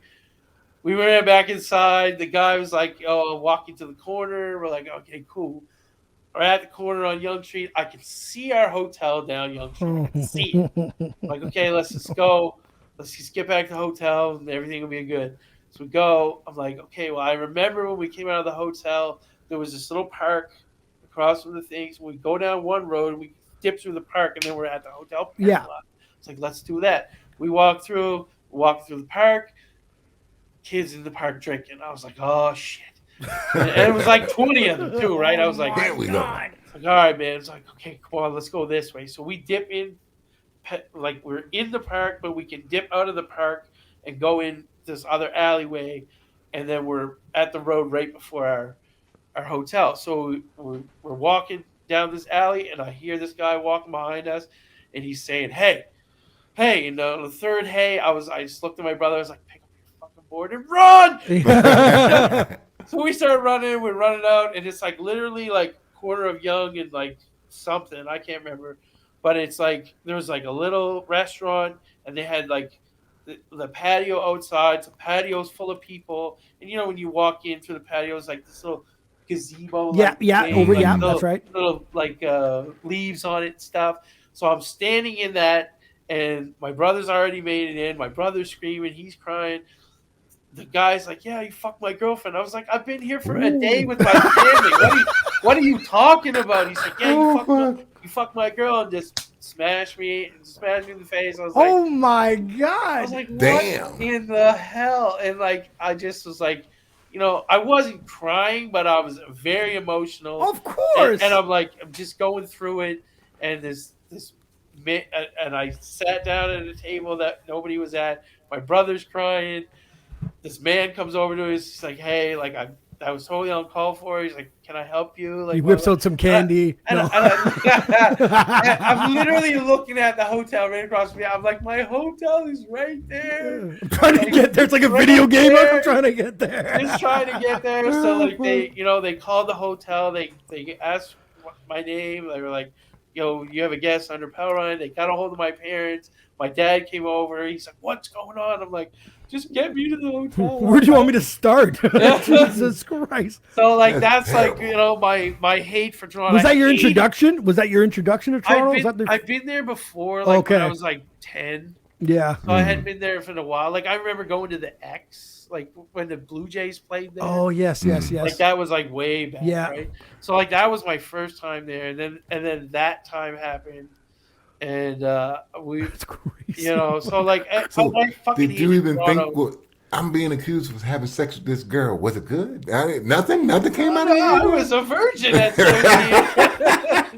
Like, hold on, sir. Before I take this punch, let me actually give it to her. So like that was just like my hate thing for Toronto, and then like I never wanted to go back there, and I started going there. Like I think the first time after that was I went up there with Spec K and my homie Deuce, who were class was filming with Eternia and Maestro DL Incognito. Oh yes. It's a track yes, called Banana Just the Planets. Way It Is. And I met like I went up there with Deuce and Special. I was like, okay, I'm safe. Like I know I'm good. Like everything's gonna be all right. And we met like Scandalous and the whole SARS crew, Toxic, Empire, like just legendary rappers. From That's Toronto. a lot different. Different, definitely a different experience around this Yeah, time. definitely a different experience. So like and then I started going up there with my group, Universal Soul. We had a couple of gigs up there, so I was like, okay, like I can start to like Toronto again, but like I could never, ever in a million years live there. Oh my bro. Never. Like it's too big. It's too big. You know how many times there. I've driven through and I'm like, I'm not paying the toll fucking highways. And then 10 minutes later I say, fuck it. Get a $78 bill in the mail because I said I can't take it anymore. Like you go bananas in that city. It's crazy. I remember going up there one time for a gig, and I stayed at my homie's house, and it was like $40 there, $40 back cab ride. I was like, "There's no way. There's no way I can survive." Like, it's crazy. Taking my gear, two ways. $80, and then if they want to charge you extra for using. I know a buddy of mine's like, you should come DJ out here, do the weddings out here. You can make more. I'm like, but everything costs more, and the headache's a lot bigger. Yep. Yeah. You can't do it. Yep. You can't even find parking for a car. Where are you gonna find parking for like a trailer or a big truck or I'm unloading shit? Get the hell out of here. And I remember one time it was like a release, like CD release day with class. We were down there. It was like. He had new management at the time. It was like, they were going big, taking us out for dinner and shit. And like Taylor Swift concert, same night. Oh, we were like stuck in traffic in a cab, 10 lights in a row, not moving anywhere. It's like, Damn. Turn the meter off. There's no way in hell I'm moving to Toronto. It's just too much. Like, It is. It's it's slightly too I much. get out and walk. Fuck it.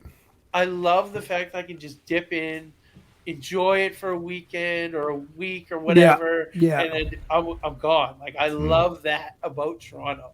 I have some great friends in Toronto, and I kudos to them for like loving living up there and shit like that. It just ain't for me. No, it ain't for me. I'm from a small town in Nova Scotia that is at a pace that I absolutely like. I there's no better place in the world to be. It's just built. It's built for you, right? It's just, for me. You know what I mean? I remember when we were young, like, you could be downtown and just walk home in a half hour.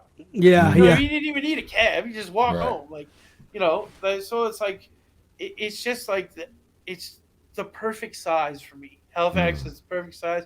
The only other city that if I ever left Halifax, and I always used to think it was Calgary. It's like, man, if I ever leave Halifax, move to Calgary. Yeah. Got to Calgary, I was like, fuck no. Fuck no. This place is fucking big as shit. There's nothing going on. And, I was like, fuck this. But, like, over my numerous tours across the country, like, if I ever left Halifax, I'd go to Kelowna. Oh, for BC, real? Yeah, okay. yeah. Kelowna That's where Jesse's is, cousin's working right now. Kelowna is like a replica of Halifax on the west coast. That's dope. Okay. It's got a okay. huge lake. It's like a harbor, but you can swim in it. Yeah. And you know what I mean? And it's got the bridge, but it's like and you'll love this. It's all flat. There's no hills. No, see. Yeah. But See, the night, no offense, Halifax. It's already an upgrade. yeah, Halifax. But there's no like the nightclub scene out there is fucking great. They got great DJs. They got great fucking rappers out there. Like That's dope. Kelowna's super dope. You know what I mean? And they got great weed too. They've always known BC stuff. They've always been known for their shit. Always, since the day I can remember. The first time I ever went to BC was 2006, and my friend Christine Hunter, who runs Shambhala Festival, she used to live in Nova Scotia, but now she lives in BC, and she has since 2005, 2006, and on that tour I was like, Christine, I'm coming. We're gonna be in your city. She was living in Salmon Arm, BC at the time. I was like, I'm coming through. I need an ounce. Show me the reason why people say BC has the best weed. Show it to me. Yeah. She Okay. dropped an ounce of green crack on me. To this day, that's the strain it's called, green crack. Oh, To this man. day, it's one of my top 3. It's weeds. crazy. Damn. It is And fucking. we smoked a joint of that. It was me, Jay Busy, Classified, Mike Boyd, and we had a tour manager at the time, but he didn't smoke. So me, Class, Mike Boyd, and Jay Busy smoked. We smoked one joint. Class and Mike passed out immediately. Done. I believe Immediately it, man. afterwards. That's And a then wrap. me and Jay Busy sitting there like, should we smoke another one? I was like, fucking hell yeah, man. We smoking.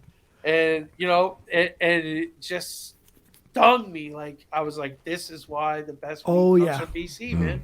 When I started my weed dealing career, it was a dude that had BC weed, and he would literally sell it so expensive, but it was so good that you could still make money off it. So worth it. But I had such a demand that when I kept buying more of him, he actually cut me off because he couldn't get as much of it for himself. So I actually fucked myself in the long run.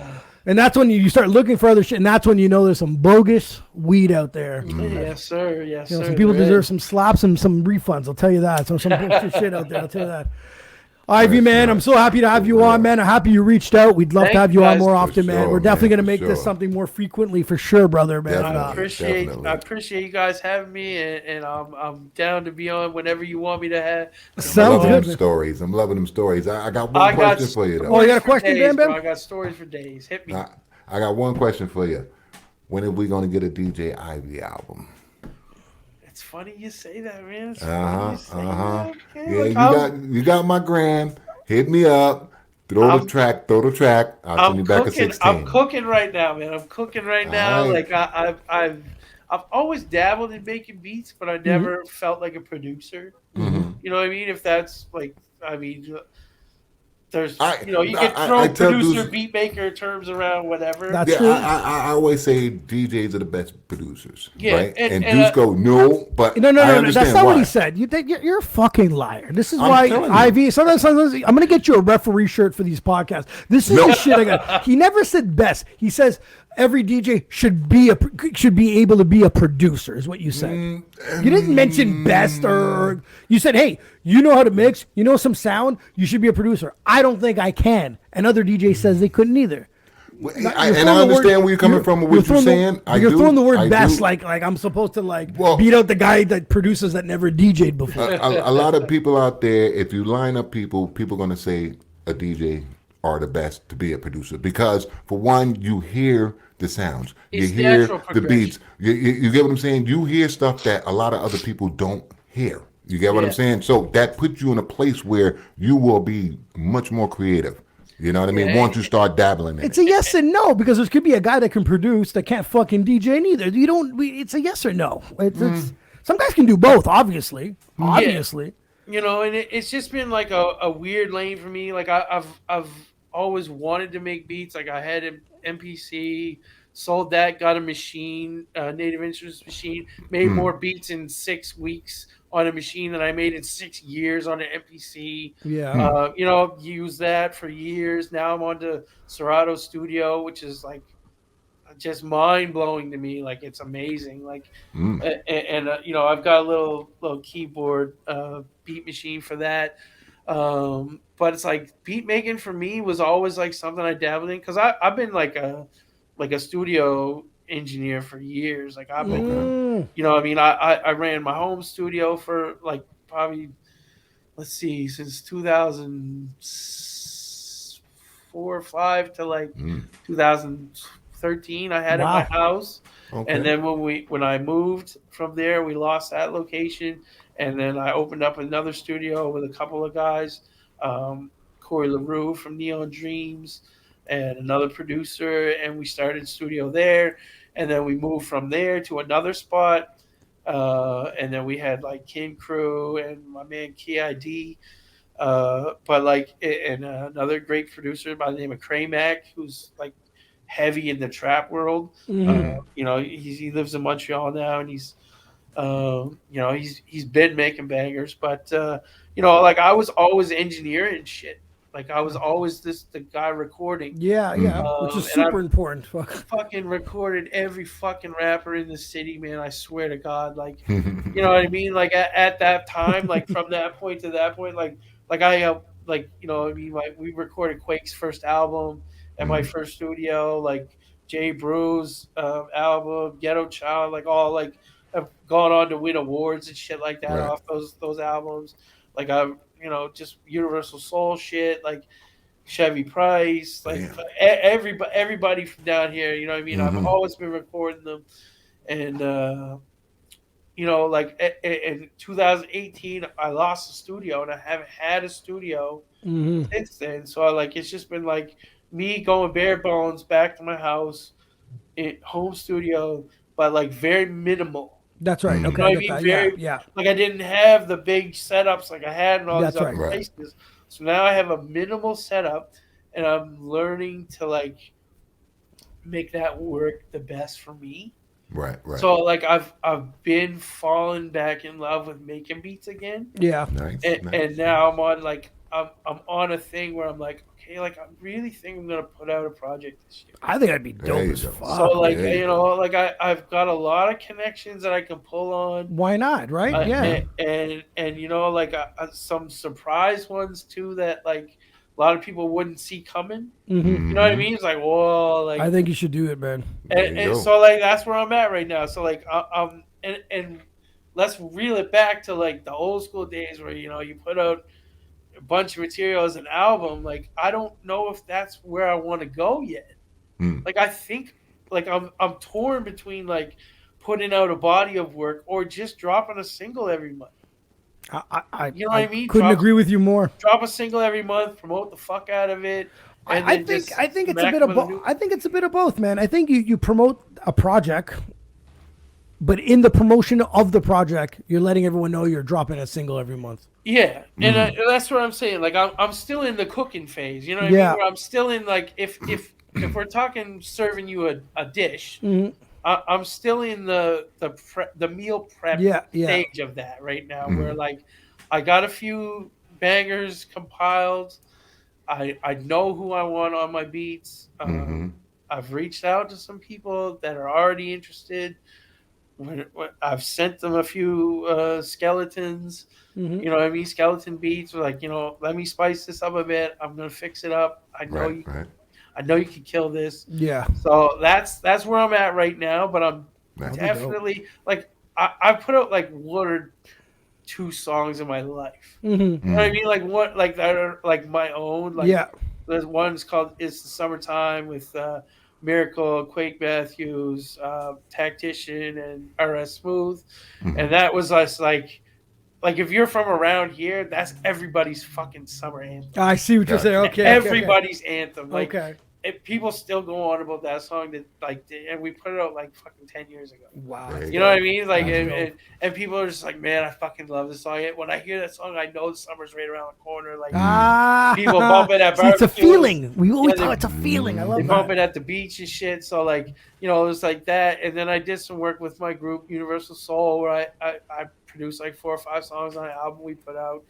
But I never really released anything as me, you know what I mean? Like I don't have an album under my belt. I don't have multiple releases under my belt. I don't even have like edit packs or remixes or anything like that, which is also something else that I'm getting into. Because there's so many, dope remix DJs, producers out there. Shout out to Nick Bike. He just came in as DJ City's like top remixer this year. Nice, He's from nice. PEI. Crazy story. Nick Bike opened up for us when we played at UPEI one time, and we're sitting in the back room. We're like, man, like, who the fuck is this guy, man? He's playing the fucking bangers. Like, this is great. And we went out, and I checked him out, and I like sat side stage and watched him play, and it was just like, this fucking guy's great. And like literally, it was like the only time class ever said like, it's fucking good that we got a fucking good DJ opening up for us, like. Other than you know what I mean? So it's like, it's fucking dope. And like, Nick went on to be like, if you don't know a Nick Bike remix, like you're fucking doing yourself an injustice, man. Like this man has the best remixes, bro. Like so good. So shout out to Nick Bike, man. Salute to you, man. Killing that shit. So happy to see you getting your flowers and that's dope, man. He's playing all around. He's a regular on Sway in the morning. Like he goes down to Sway and plays. Like he's guested on Serato, like on their shit. Like yeah, man, he's a big deal. He lives in Vancouver. But yeah, so like I want to jump in my edit bag too, as well as there you go. We waiting for that, man. We waiting for that. So like, you know what I mean? You can hold that to me because 2023. It's got to be a big year for all of us, man. Stuff out, man, for sure. Yeah, COVID's over. It's time to work. We had fun in 2022. Now it's time to put the grind in. You know what I mean? So we're back to normal, no COVID shit. You know what I mean? Like, there you go. I wipe my ass with your masks now. For real. Even though I still got a box of them just in case. He's ahead of the game. He's on the next curve. Guys, man, we had such a good time today, man. I appreciate your time. Ivy, we're definitely going to talk again about some new topics and what we want to shoot the shit about, and we'll go on from there. But I'm definitely I'll be definitely seeing you both at the end of the month, though, guys. Yes. All right, bros. All right.